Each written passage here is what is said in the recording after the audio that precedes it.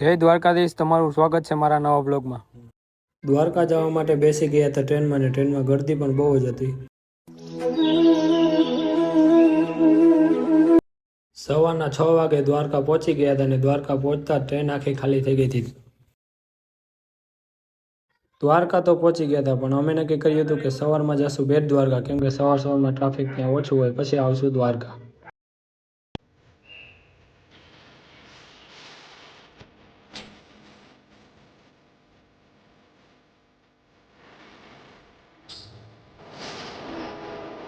ઓખા જઈએ છીએ બેટ દ્વારકા, પછી દ્વારકા જઈએ, કેમ કે દ્વારકા ટ્રાફિક બહુ હતું। એમ જવાનું છે।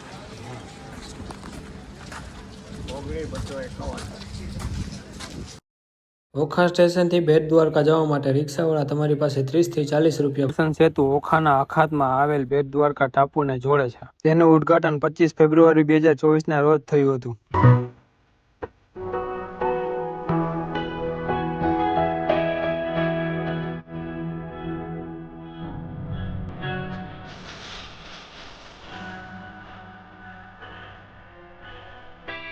પાસે લોકરની સુવિધા ઉપલબ્ધ છે, ત્યાં તમારો મોબાઈલ કે કેમેરો રાખી શકો, કેમ કે મંદિરની અંદર મોબાઈલ કે કેમેરાની મંજૂરી નથી।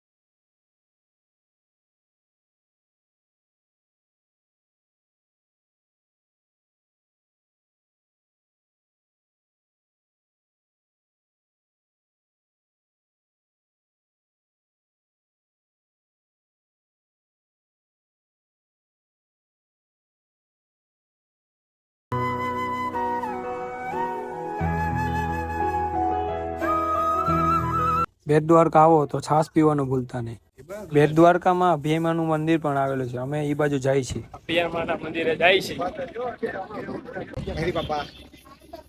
હાલીને જવાનું કે છે, જો આ મંદિર છે, ધ્વજા દેખાય ને એટલે લગા એ પેલી ધ્વજા નહીં, બીજી ધ્વજા જવાનું છે। એલિફન્ટ ગ્રાઉન્ડ પણ છે, ફૂલ છે।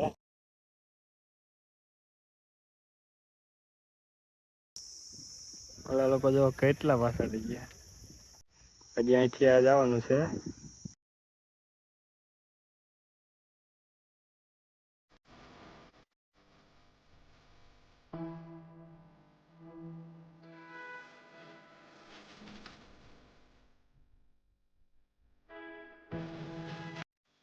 અભિમાના મંદિરે પહોંચી ગયા હતા, અને અભિમાનું મંદિર બેટ દ્વારકાથી 1 કિલોમીટર જેટલું દૂર થાય છે। અને ખાસ વાત તો એ છે કે શ્રી કૃષ્ણ ભગવાન પોતે અભિમાની માનતા કરેલ હતી।